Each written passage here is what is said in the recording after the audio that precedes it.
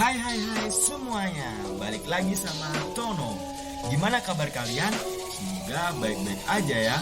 Sekarang udah paham kan tentang apa itu Undang-Undang Hak Cipta?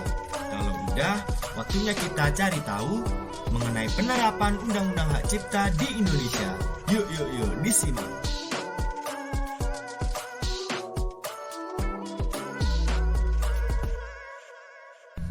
Nah, untuk salah satu penerapannya, kalian pasti udah familiar sama yang namanya operating system bajakan. Tono punya sebuah kasus nih. Misalkan kita melakukan installing OS bajakan di sebuah laptop, terus laptop tersebut kita jual, terus gimana sih hukumnya? Apakah artinya kita telah melakukan pelanggaran Undang-Undang Hak Cipta? Tapi ada juga aktivitas terkait program komputer yang boleh dilakukan tanpa harus mendapat izin dari pemegang hak cipta loh. Apa aja sih? Yang pertama, penelitian dan pengembangan program komputer tersebut dan arsip atau cadangan atas program komputer yang diperoleh secara sah untuk mencegah kehilangan, kerusakan, atau tidak dapat dioperasikan. Terus, kalau misalkan gak memenuhi peraturan yang ada, gimana dong? Pastinya akan dikenai sanksi ya. Nah, sanksinya itu sudah diatur di pasal 113 ayat 3 Undang-Undang Hak Cipta, yaitu hukuman pidana penjara paling lama 4 tahun atau denda paling banyak 1 miliar loh teman-teman. Wah, jangan main-main makanya ya sama peraturan yang satu ini. Jadi, untuk menjawab kasus yang tadi Tono ceritakan, sudah jelas ya teman-teman bahwa tujuannya adalah untuk dijual.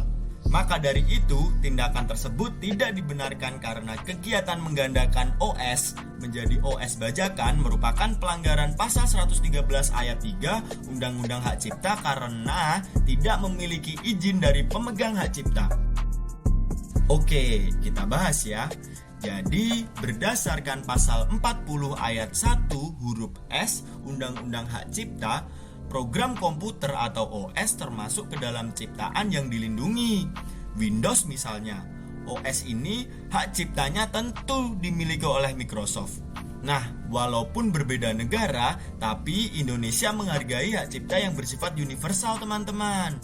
Berdasarkan undang-undang yang udah Tono sebutin tadi, bisa kita simpulin kalau sebenarnya kita diperbolehkan untuk menggandakan program komputer dengan tujuan dijual atau didistribusikan dengan catatan telah mendapatkan izin dari pemegang hak cipta.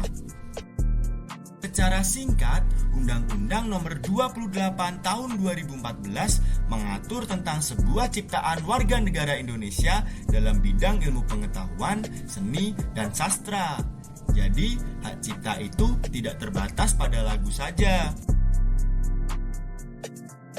Dari semua materi yang udah Tono sampaikan, semoga kalian dapat mengambil poin-poin dari setiap penjelasan yang ada ya.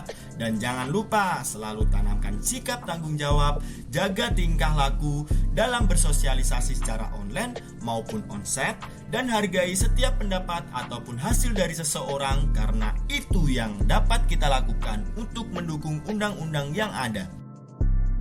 Wah, gak kerasa ya udah sampai sini aja. Gimana teman-teman? Apakah kalian suka dengan penjelasan dari Tono? Materinya menarik kan? Sayang banget nih kita udah di episode terakhir. Tapi jangan khawatir teman-teman, semoga kita dapat jumpa lagi di season selanjutnya. Dadah teman-teman, have a nice day, jaga kesehatan ya.